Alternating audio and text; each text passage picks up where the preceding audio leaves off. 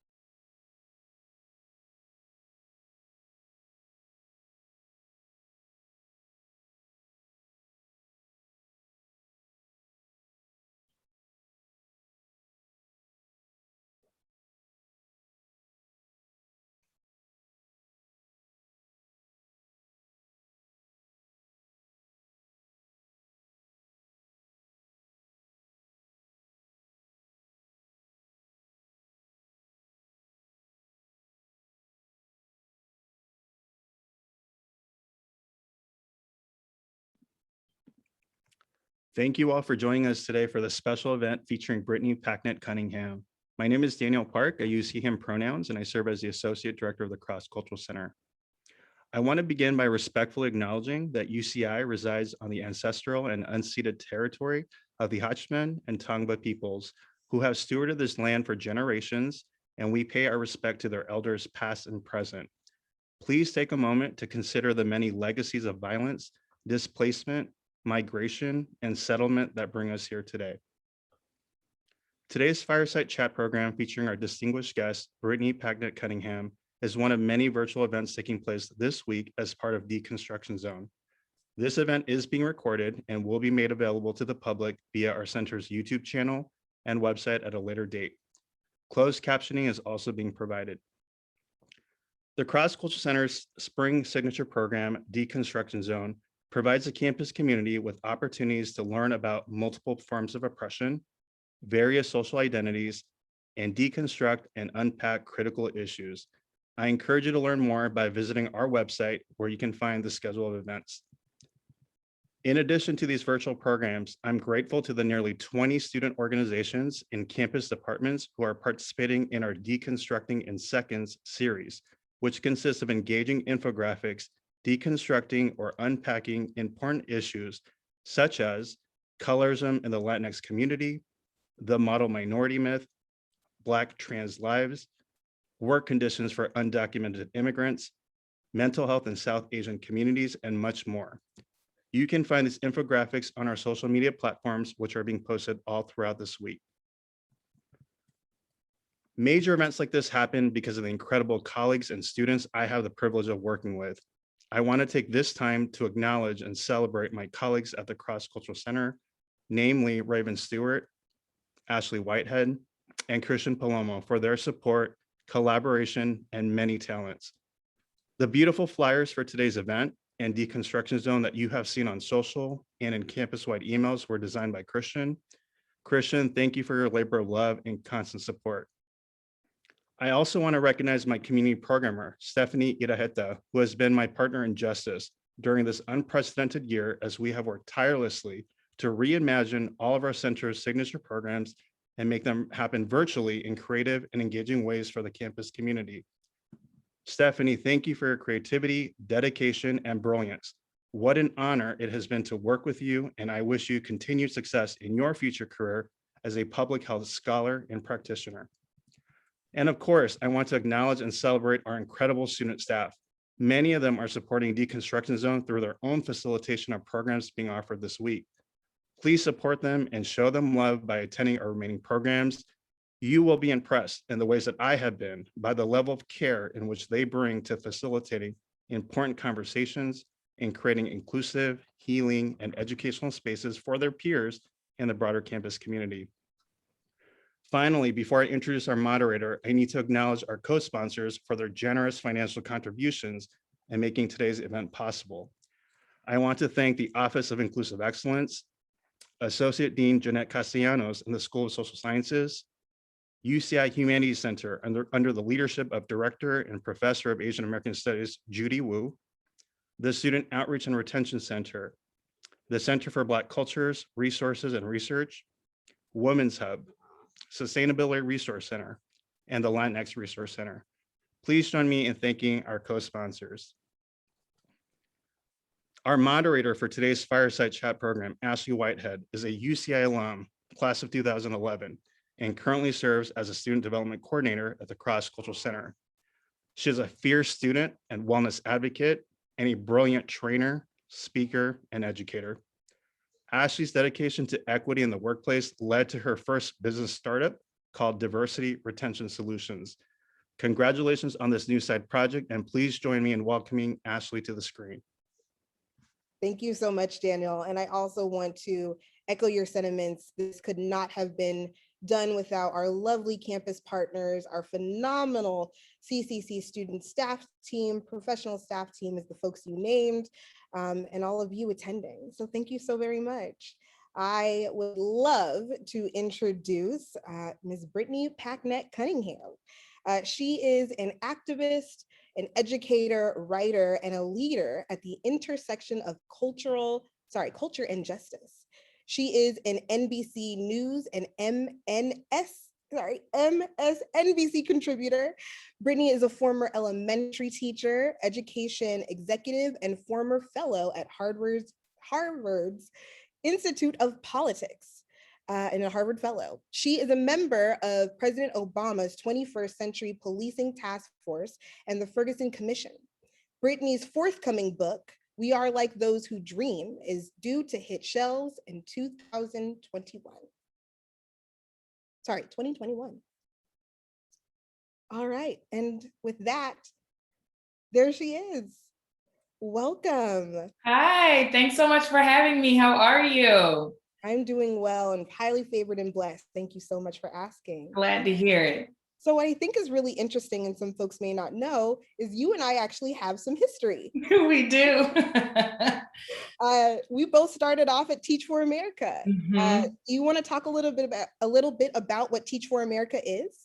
Yeah, I mean, I haven't been with the organization in a little minute, but it is a group of fiercely committed folks who are trying to play their part to ensure that educational equity is a reality for all young people. And I think that, especially as I've watched the organization grow, even these days from afar, and really evolve into understanding the importance of equity, diversity, democracy, I think one of the things that's really important across education, including at TFA, is the leadership of student voices and making sure that those folks who are actually in the seats getting the best or worst of whatever we have to offer are actually leading this movement toward equity and absolute excellence, because that's what they deserve.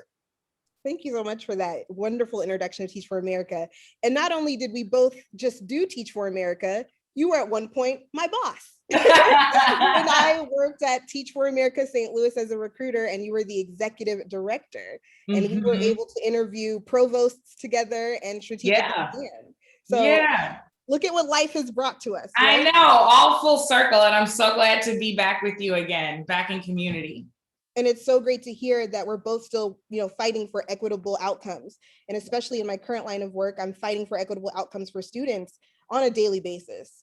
So we have some questions that I will ask, and then we'll open it up to folks in the Q&A chat. Sounds great. So we did both share that we both were in Teach for America and we've worked together in the past. Can you please share with our audience what your professional journey has been? How did you get where you are now? I mean, to be totally honest, it's been wild. I have found that I should never make plans because God laughs at them. I have such gratitude for where life has taken me, although it has certainly been a difficult journey, and it has not come without a level of sacrifice that I think, bears mentioning. So I started off in the classroom, like you said. I taught in Washington, D.C., which is where I live again now. I spent some time on Capitol Hill. I also spent time working in administration at Teach for America, like you said, both as an advocate in DC. So I worked with members of Congress of color, so the Congressional Black Caucus, the Congressional Hispanic Caucus, the Asian Pacific American Caucus, as well as members and administration officials who were Indigenous or represented Indigenous communities. Because part of my portfolio was about investing in students of color from all across the country. And so that kind of intersectionality has continued to follow me throughout my life. When Michael Brown Jr. was killed in 2014 in Ferguson, I was the ED of Teach for America then, and we had 20,000 students in classrooms all across the city between our core members and our alums, as you well know. And we were deeply responsible to help lead through this moment, to help teach through this moment.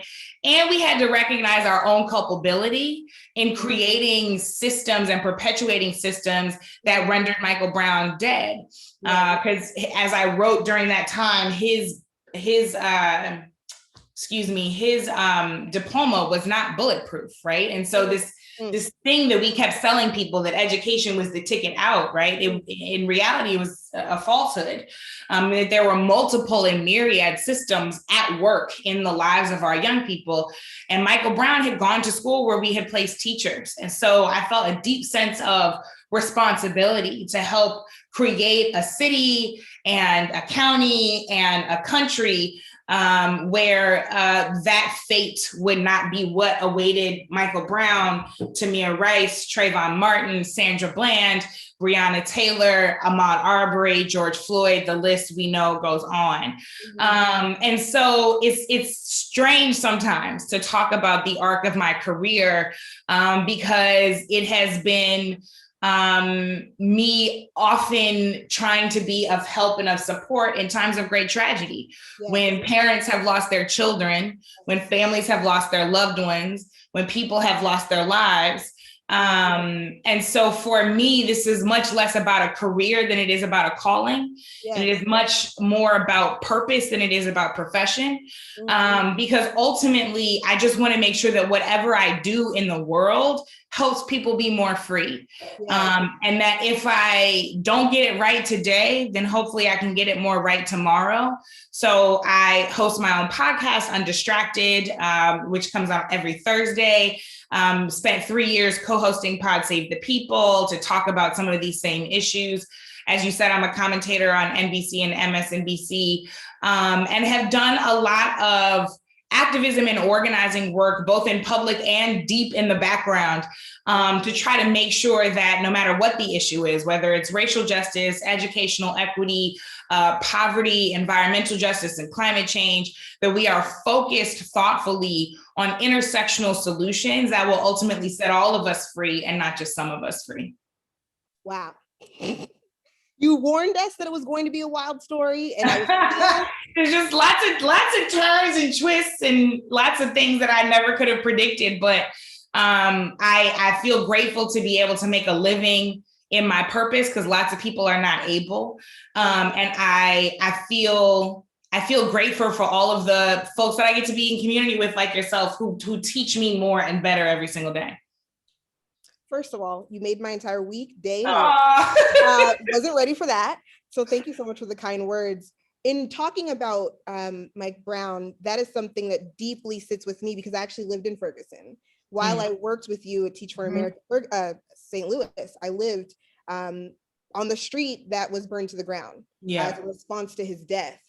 I got my taxes done in that little community center. I used to get my hair braided over right next door to Campfield Green. So I feel you, right off of West Florida. The baked goods on that were delicious, right? So you then went on to mention hashtags of folks who were people, right, that had become cogs in a movement. And there was a really interesting question that was posed: which hashtag radicalized you? Now, for me, it was Trayvon Martin, because I was teaching at Teach for America at the time in Tulsa, Oklahoma, and I found out that he was taught by a Teach for America teacher. And that just disturbed my spirit, kind of what you were saying about diplomas not being bulletproof. I'm curious if there was any one incident that took you from being administration for a nonprofit organization to an activist? Yeah. I mean, I honestly, it wasn't a hashtag, because if you knew my father when he was living, and if you know my mom now, you will know that I was raised by two activists. So my first protests were like long before there were any, any keynotes or college conversations like this. It was, in my youth, right? My first protest, I was in strollers. So there was a tradition of Black liberation that my parents raised myself and my brother in.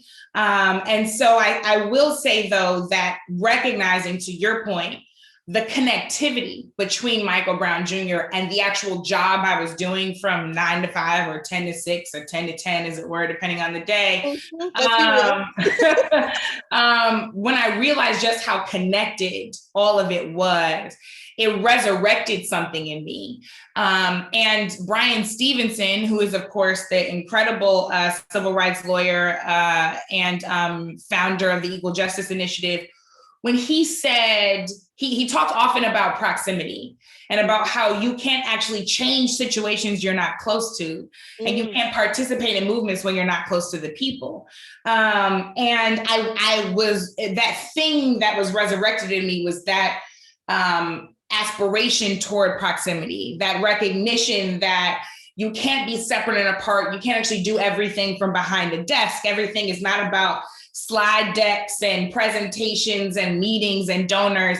That actually, not just some of it, but all of it has to be about the people. All of it actually has to be about being proximate to the folks who are most impacted and being of help to their vision, not them being of help to yours. And so yeah, I will say that Michael Brown, I think, shifted something where it married my childhood work and my activism in high school and my protesting in college with my professional life. And now, I mean, at this point, it's all pretty inseparable, and hopefully it'll remain that way. So much so. I think that the gem that you dropped there is the connectivity. Sometimes it takes something hitting a little too close to home for you to say, I understand that my line of work is in the realm that's supposed to solve this issue. And yet I've now witnessed someone who has been a victim to oppression. So I think it's so beautiful how you said that. Just pivoting just the tiniest bit, but kind of still in the same realm, we have been witnessing what I would like to call, or Daniel actually told me this, a racial reckoning. Last summer, we saw the Black Lives Matter movement in the streets, out loud and proud. We saw people do things that I just had never seen televised before.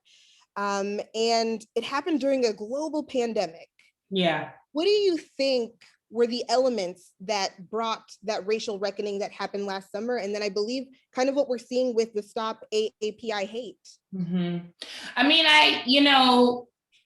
there has been a long and protracted freedom struggle in this country. We're talking generations on generations, generations of Indigenous people, generations of Black people, generations of Asian and Pacific Islander people, generations of Latinx people. We have generations of Jewish people, generations of Muslim people, generations of disabled people, generations of queer and trans folks, right? When we are talking about oppression, it is not new. And so what we are experiencing now in this moment is a recognition of the generations of struggle that have brought us here, that have given us a blueprint for how to move forward, and that have given us courage to fight, right? I mean, we stand on the shoulders of so many giants who were fighting some of these same fights before us. The technology may be different and the trappings may be different, but the fights remains the same. It is about the liberation of all people. That said, I think in this current chapter of that long story, it's really been the last 7 or 8 years that I think brought us to what was last summer and, throughout this last year, this very intensive racial reckoning. I think that especially through the Obama years, you'd find Americans we were quite passive in a lot of ways. That, we kind of fell asleep at the wheel sometimes, and we figured there was somebody that we mostly agree with in the White House, so we're good. We don't have to press. And yet here we are in 2014 with the killing of Michael Brown Jr., realizing all of these other details and asterisks and fine print that we forgot. We forgot that there are 18,000 police departments in the country and that most of their policy is not set at the White House. It's set in local governments. We forgot that a lot of these municipalities were raising their revenue by targeting Black folks and by pulling us over unnecessarily. You lived in Ferguson, I lived next door in Florissant. So you know how much we were getting targeted and being pulled over, and those tickets and court fines and fees were raising revenue. Meanwhile, they were making life nearly impossible for Black citizens in this area. We forgot all of those little details and all of these other things that were continuing to happen. And that, policing is just one example. So in 2014, my friend Stephen Bradley likes to say that young people in Ferguson saved American democracy, that they reminded all of us about our democratic responsibility of protest, of long-term commitment to justice, of standing up for what's right and fighting oppression. So I do think that we wouldn't have seen what we saw this past summer had the bricks not been being laid after Trayvon Martin and after Mike Brown and after Eric Garner and after Sandra Bland and after Rekia Boyd and Laquan McDonald, et cetera, right? Because you really got 7 years of deep discontent. But during that time, you've also got 7 years of folks writing the books and making the art and teaching the courses and changing the media and writing the Twitter threads and doing the teaching and doing all of that building that it takes so that when George Floyd is killed and the entire world pays attention, people now have more muscle to organize. They have more knowledge to get ready. They have more books that they can read, right? They have more ways that they can approach the work because they've been doing it all along. And so, I think it's important to recognize that we would not be having this conversation if it were not for Ferguson, if it were not for Baltimore after Freddie Gray, had it not been for Cleveland, had it not been for Baton Rouge after Alton Sterling, right? These are names that we sometimes forget. And these are movements that we sometimes erase, but it is important to be intentionally historical about recognizing that a lot of the language and the tools that people called on in 2020 and in 2021, they started developing in 2013 and 2014 and 2015. Yes. Yeah. I think also in addition to it being movements and elements that have led to a racial reckoning, they were also people. Right? Yeah, and you were saying yourself, you're lucky or blessed enough to be in a position where you're able to lean in your purpose and other people are able to be uplifted in that. I can guarantee, I didn't know these folks, personally, that none of them saw a life where they were going to be killed by police and wanted that for them. I can say for their parents, for their family members, or the lives that they would have touched in different ways had they not been hashtags. Yeah. Right? So something else I think is really interesting. I don't believe in coincidences anymore because there's just too many of them. I teach a series called Black Lives Matter here at UCI through the Cross Cultural Center. And in one of them, we talk about Hamilton, the musical. And of course. You know me, I always love singing musicals. So of course, I used Hamilton, the play Hamilton, to talk about kind of what you were talking about, this need of protest and going against inequities and things of that nature. And while that play has its issues, right? It does. To kind of break down access, equity, and protest to students. Sure. And one piece that we used was Campaign Zero. And at the time, I did not know you were the co-founder. Yeah. Can you please share a little bit about Campaign Zero? Yeah, I left Campaign Zero this last summer, but it is, when we founded it back in 2015, it was all about recognizing that we all have a role to play. So when you at the time, you were looking at the cross section of individuals and organizations that were at work, we had folks working on immigrant issues. We had folks working on local policing and oversight. We had folks working on the actual, tactical pieces of organizing people to do work.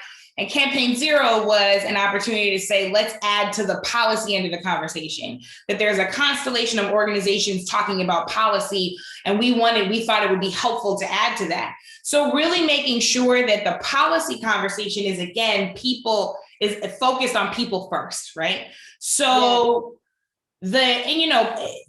I'll talk about this in a second, things evolve, right? And people's ideas evolve, but especially in 2015, when we first put out that platform, the idea was that you could come to one place and find multiple bodies of research, data-driven policy solutions and ideas that came directly from the people, right? So nothing that you saw on that website didn't come out of the mouths of the folks that we were protesting with all around the country, right? And they were backed up by academics and researchers and practitioners and people who understood this.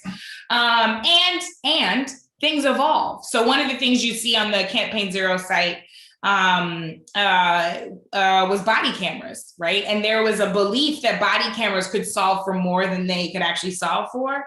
And in 2015, to be clear, there were people pushing back on that idea, but even more, community started to say, okay, well, now a bunch of y'all got these body cameras and the police are still killing just as many people.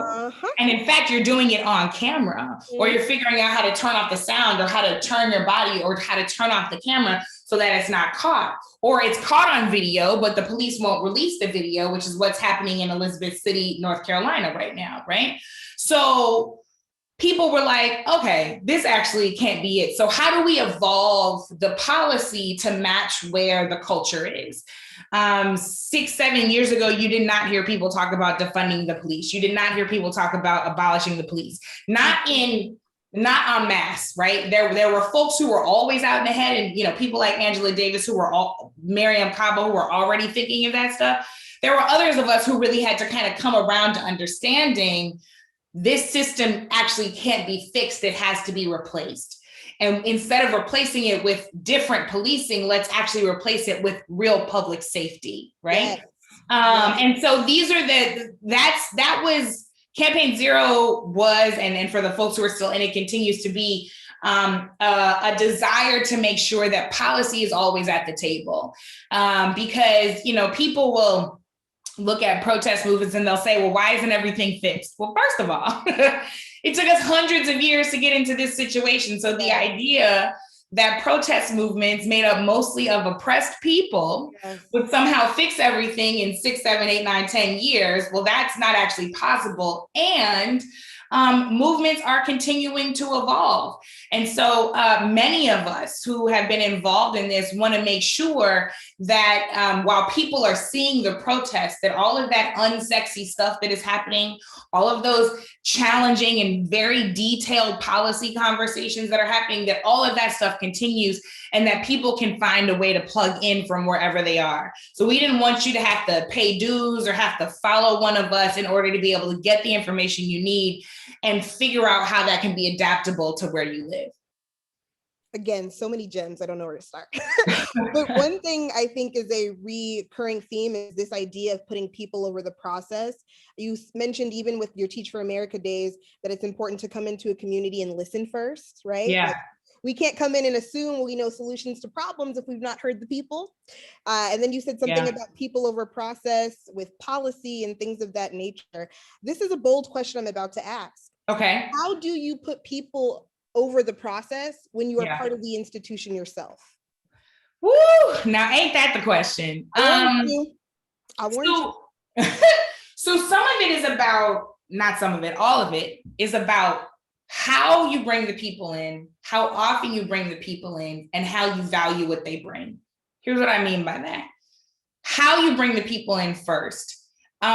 We spent a lot of time, I was trained to do a lot of this as kind of an education executive, doing presentations and doing community engagement, which often means that I'm going to give you a document, give you a piece of material that already has all of my thoughts and feelings and ideas on it. And I basically just expect you to co-sign it, right? And I'm going to be friendly when I need you to co-sign it, and then you're not going to hear from me until I need you to co-sign something else, right? That's often what engagement so often ends up meaning. Instead of saying, how I bring the people in matters. Am I always expecting you to come to me to like physically pick up your stuff and come to the Teach for America office?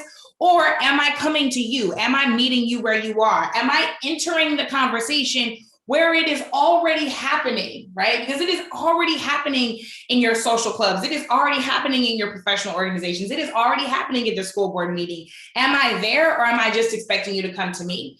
Is it always a deck, with graphs and spreadsheets? Is it always language that is so jargon heavy that only other educators are going to understand it because you had to read 10 textbooks and get 5 degrees in order to know what this word means? Or is it actually words that parents understand, students understand, bankers understand, pastors understand, right? Like, how are we engaging the people is the first question. The second question is, how often are we engaging people? Yeah. I already said it, but we like to make a big deal out of approaching somebody for their thoughts and feelings once and then never coming around until we need them again.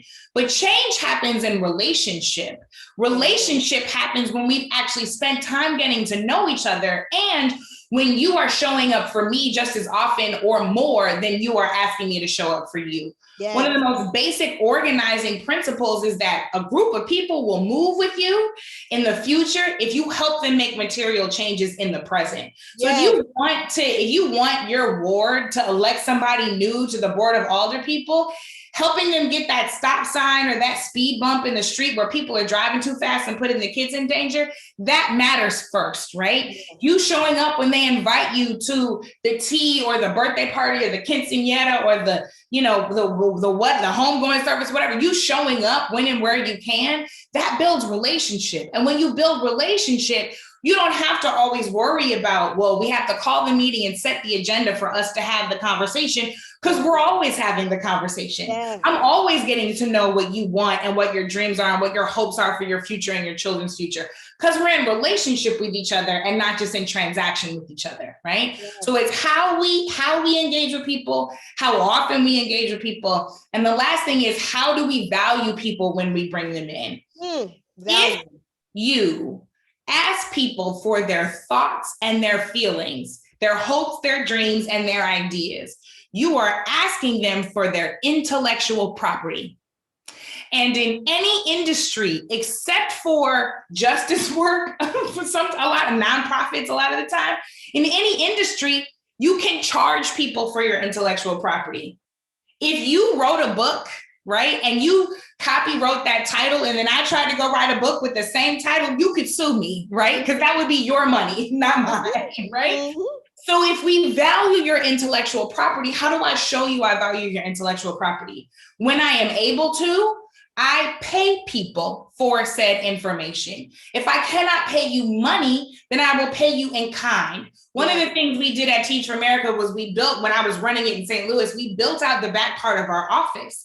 And that cost us money, but people said, okay, well, what are you actually doing with this space? Blah, blah, blah. And I said, the space is for the community. Mm-hmm. So we had teachers who would come and tutor their students there. We had students who would come and tutor other students there. We had grassroots organizations who needed a place to meet, and they would come there, and they could do that free of charge. So even if I can't cut you a check because all my money is held up, in the bureaucracy of facilities, and that's how they told me I had to use this budget, mm-hmm. I can make sure that the use of that budget is useful to my community, right? Yeah. I can also make sure that when I take your ideas, you actually see the evidence of me leveraging your ideas in the future. So you don't just see me take your ideas, we have a nice meeting, and then you never hear from me again, and you never see your ideas being put into practice. No, I owe it to you to come back around and say, you said this, so then we did this. Or you said this, but we couldn't do this, so how about we try this?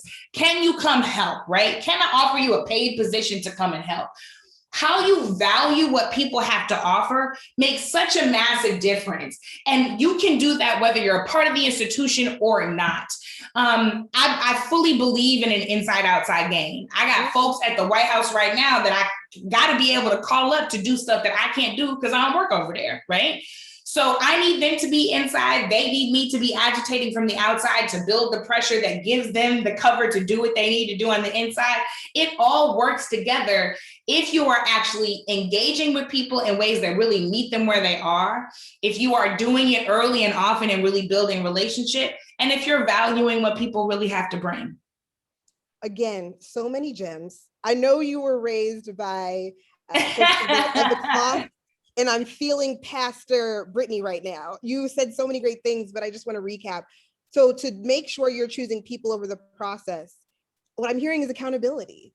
Yeah, you have to show people with changed behavior that you took in their thoughts, feelings, and desires that you said you cared about hearing in the first place. That's right. That's right. Make an intervention that meets the needs of the community, putting people over the process and the policy, and following up.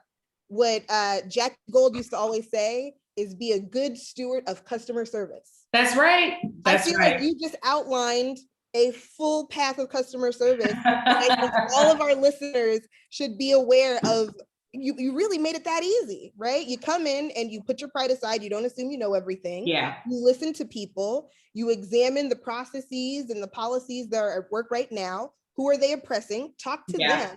And then you provide. And I love the piece you said about invisible labor, because invisible labor almost never gets appreciated. And you use the word valued, which I also really appreciate, because cherished and valued are actionable. You can't just say, I value you, you have to show me. So show me. At least buy me a sandwich, something. Come on. Yes, give me a Grubhub gift card, you know, just be a little something to show that you heard me. And I would also agree that your actions then have to be the accountability. Because one thing I know I wouldn't want to be as a community member is constantly having the same conversation. Hello, I need to see you actually moving forward. If you stay the same, we got a problem. Exactly. Yeah. Thank you for just all these gems. So there are some questions that I am being asked to now pivot from the chat. Okay. So there is one question. How would you define anti-racism? I know this is a loaded one. And how can others join the anti-racism movement? So Beverly Daniel Tatum, who actually we know well because we used to read all of her books at work, but she is the former president of Spelman College, and she also is an education researcher. She wrote an incredible book called Why Do All the Black Kids Sit Together in the Cafeteria, where she talks about identity and affinity and the importance of that space. One of the things she talks about, though, is she gives this analogy of a moving walkway. And forgive me, because I'm working on an analogy that is less ableist, that has less to do with like the ambulatory. So I'm putting that disclaimer there because I haven't figured out the right one to transition to. But this tends to be pretty illustrative for people. So if you think about a moving walkway in an airport or a shopping center, the momentum of that walkway is set to move in one direction, right? Yes. And Beverly Tatum talks about anti-racism, anti-oppression in any form or fashion as being, you've got 4 different categories of folks on that walkway. So the first group of people are people who are happy of the direction that the walkway is moving in. The walkway is moving in the direction of the status quo. So that is continued white supremacy, continued patriarchy, continued Islamophobia, continued anti-Semitism, continued homophobia, all that stuff, right? That's the direction of the walkway. And that first group of people is happy and wants to move in that direction. So they are walking along with the walkway, no questions asked, no notes taken, right? No challenges allowed, because usually that direction benefits them, or they've never had anything come and challenge their worldview, right? That's number one. The second group of people are people who had their worldview come in and be challenged. And they're like, oh gosh, what is at the other end of this walkway is actually not the right thing. Like morally, it's not the right thing. Spiritually, it's not the right thing. Politically, it's not the right thing. Socially, it's not the right thing. So those folks have been awakened and they turn around, but that's all they do. They turn around and they stand still, which means they're not actually providing any oppositional force, right? So that second group of people says, I know better than to think that this is a good thing, but I'm still moving in the direction, even though I'm looking in the opposite way, right? The third group of people are folks who recognize, okay, I've walked, I did the first group, I was part of the second group, I've turned around, and now I actually need to start walking in the other direction, right? I need to start providing some oppositional force. And that fourth group of people are the folks who put every single thing they have into creating as much oppositional force as possible. And here's the kicker, to gathering up as many other people as they can, right? So when we know better, we do better, and we tell folks how to do better, right? That's the third part of that. When you have become awakened to some truth, share it with somebody else. Ask them the truths that they can share with you that you are unaware of because of your identity and experience being limited by your own perspective, right? And again, however you are providing that oppositional force, right? However you are providing a pushback against the status quo and a push toward a better and more just world, you need to do that with like everything you have in you. And it will not always be popular. I want to be very clear, because there are going to be people who want to walk in the intended direction of the walkway, who are going to be sitting there and telling you like, how dare you turn around? How dare you walk? How dare you run? How dare you roll? How dare you move in the other? How dare you go recruit other people to go with you, right? And some of those folks will be the people you least expect.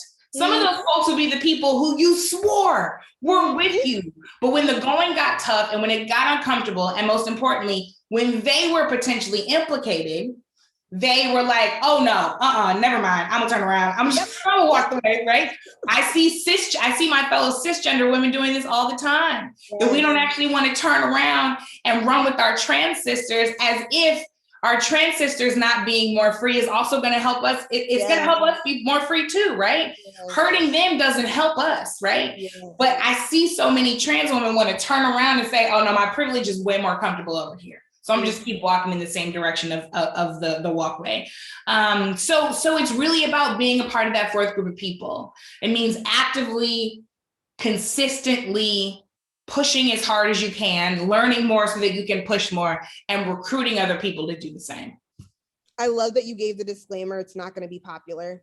Yeah. Because nobody likes the rebel rouser. Nobody likes the person who goes against the grain. And it's important that if you're leaning into your purpose, that sustains you in doing what's right. Yeah. Right? Like you can be called problematic or, hard to work with if you're doing the right thing in an institution when people don't want to join you with that. That's right. And I think there's only so much truth in you saying that people get upset when you recruit other people to also fight against the machine. You're making everybody uncomfortable. But anti-racism, moving towards anti-racism, I believe should be uncomfortable. I think I would argue that's how you know you're doing it right. If you're a little too comfortable in that, maybe you're not putting your whole self, as you said. So thank you for sharing.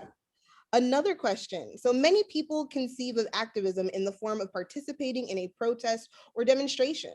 I believe, and this is the person that said this, and not me personally, this person believes that they should expand on what activism is and can look like. What advice can you give to college students who want to get involved in their communities but don't know where to begin? What advice would I give to college students who want to start in their communities but don't know where to begin? I would honestly start asking your classmates and colleagues how they are experiencing, like how are you all being impacted by our college experience? There are no perfect people and there are no perfect institutions, because imperfect institutions are run by imperfect people. So what does that mean? That means that there's no college on this planet, at least. I don't know what they're doing up in Mars, but there's no college on this planet where injustices don't exist, right? It may be particularly acute for immigrant students. It may be particularly acute for disabled students and questions of accessibility in and outside of the classroom and across campus. It may be for Black students. It may be in the experience of students for whom English is not their first language, or international students. It may be for Jewish students. It may be for Muslim students. Like, start having the conversations. Because if you start having the conversations, people will tell you, oh, this needs to be fixed, that needs to be fixed. Suddenly you're going to have a laundry list. You're going to be like, I can actually do all of this, right? But if you think critically about the intersection between your own personal gifts and talents and your passions where do those things intersect? Because quite often, if you pay attention to the intersection of that Venn diagram, it will lead you to the work that you're supposed to do.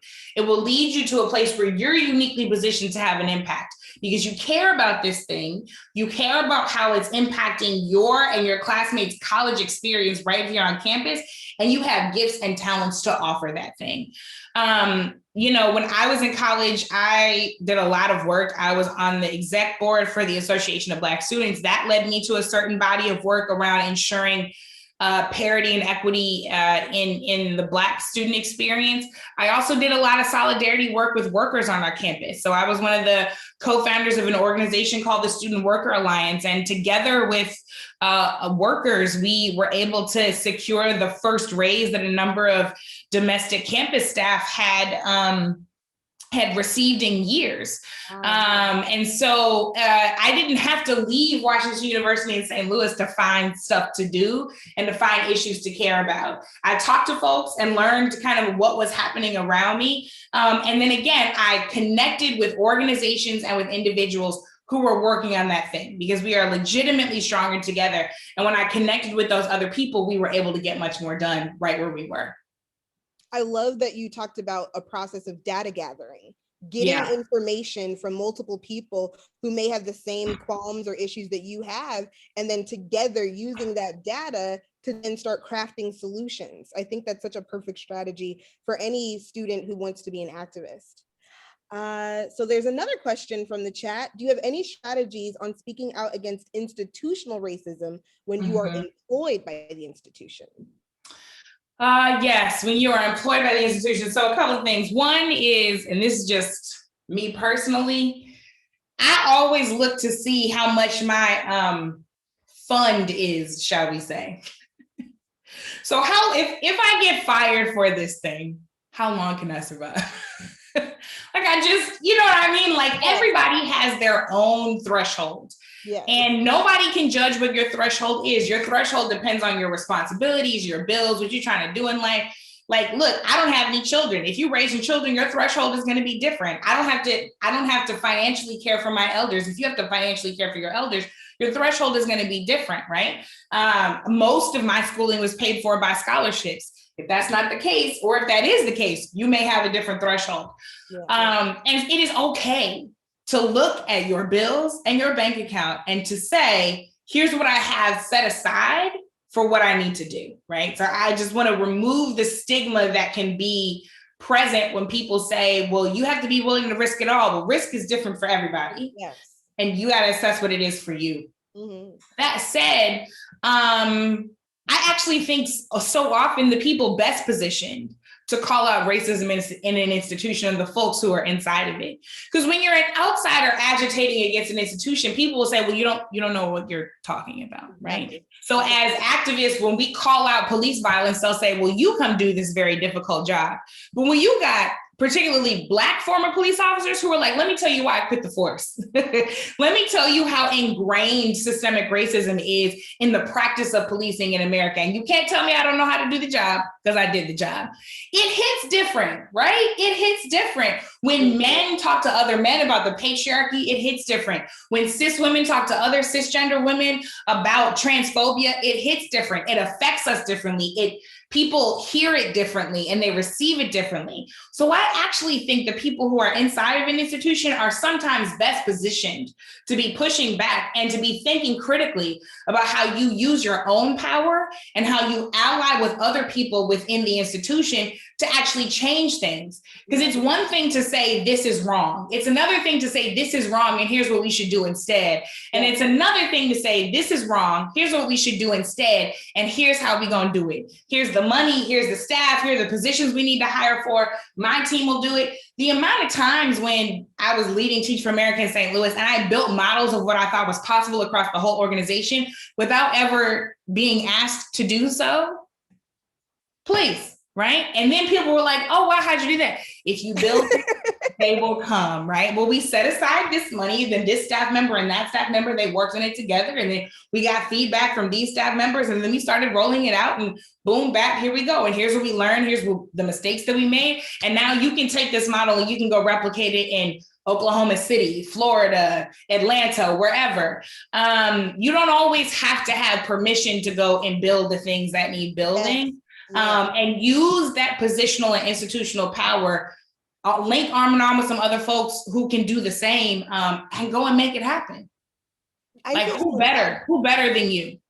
I feel so empowered listening to you. I can't help but to think of one of my brilliant students, Amy. She said, not only is there power in numbers, but there is truth in numbers. And ever since she said that, it just stuck with me. And I feel like it just rings true with everything that you're sharing. So in the same vein, in talking about, aligning with one another and taking on the institution as they are imperfect, can you please speak to the importance of allyship and being accomplices and co-conspirators in the fight for racial justice? I'm thinking right now about our Black and AAPI communities. Yeah, that is a fantastic question. I often talk about, I love the language that that this person, I don't know your name, sorry, that this person shared, because allyship, accomplices, and co-conspirators, they're all kind of different, right? So allies show up when it is easy, when it's comfortable. Accomplices are willing to take a risk. Co-conspirators are willing to take so much risk that they'll be in it from beginning to end with you, right? And there's an opportunity that we all have to become better, more thoughtful co-conspirators as we grow and evolve each day. And so to take the example of what this person is talking about, solidarity between Black and Asian communities, especially in this moment, we can look to the blueprints of before that can lead us to recognize that there's a long history of Black and Asian solidarity, and that while media lifts up narratives of conflict, we can be lifting up narratives of when actually we understood that our struggles were deeply intertwined. Yeah. And look at modern places like the Ella Baker Center in the Bay Area, which is a Black-led center, but they have been in deep community. You can look at Asians for Black Lives, right? I first met some of those folks back in Ferguson, right? And there's the work that they've been doing even just in the last few years to build on that legacy of Black and Asian solidarity. What it can look like, again, to keep going with this example, in modern times, is for Black folks to have conversations with other Black folks about anti-Asian sentiments, yes. For Asian folks to have conversations with other Asian folks about anti-Blackness. Yes. I was pretty vocal about my support for Asian communities. I like to think I have been throughout my career, but especially over the last few months. And then today on Instagram, I posted something from Cori Bush, my congresswoman from St. Louis, our congresswoman. She was talking about the importance of a living wage. And she was talking about how in her own personal experience that she had been housing insecure because of unlivable wages. Wow. And an Asian person got in the comments and started saying some seriously anti-Black things about like, well, if you can't afford the kids, don't have them. And like a lot of them are calling on these welfare queen mammy tropes that are just seriously anti-Black and misogynistic. And then I saw kind of all of this back and forth, and I had to get in and like really think about the fact that I had an opportunity to say to this person, what you're doing in is trafficking in anti-Blackness. And if we're going to move forward together, that can't be a part of the exchange, right? It is also, I think, an opportunity for us to think about, I was actually in conversation with somebody today about this very thing for a talk I'm doing for a magazine. And as one of the leaders of Stop AAPI Hate, she talked about the fact that we cannot police ourselves out of anti-Asian violence, because all that will do is that will double down on anti-Black police violence, right? So she talked about the importance of business leaders and creators and all of us rethinking what public safety looks like and building things from the ground up, right? That's what that solidarity can look like. It's not just about standing up for each other when the issue comes to a head. It's about making sure that the solutions we decide on don't hurt the folks that we say we stand with. Yes. It's just so important that we understand the importance of solidarity amongst BIPOC folks, people of color, cultures of color, because without that unity, that's how white supremacy is able to continue. And what white supremacy wants is infighting between people of color so that we don't have that solidarity. Yeah. So thank you so much for that. So this final question that came in the chat, you've explained about so many things you've done and so much hard work that you've done, invisible labor, books, commentator, podcaster, author, educator, activist. So how do you take care of yourself? What does your self-care look like? What are you currently reading? Any good book recommendations beyond the one you're writing? What can you share with us with self-care? Yeah, self-care. I'm gonna be honest, I was bad at it this week. I surprised my mother for Mother's Day. Both my husband and I are from St. Louis, so we both went home to St. Louis to surprise our moms for Mother's Day. And we're just so grateful that we could do that COVID did not touch their houses and that we were able to reunite after all this time.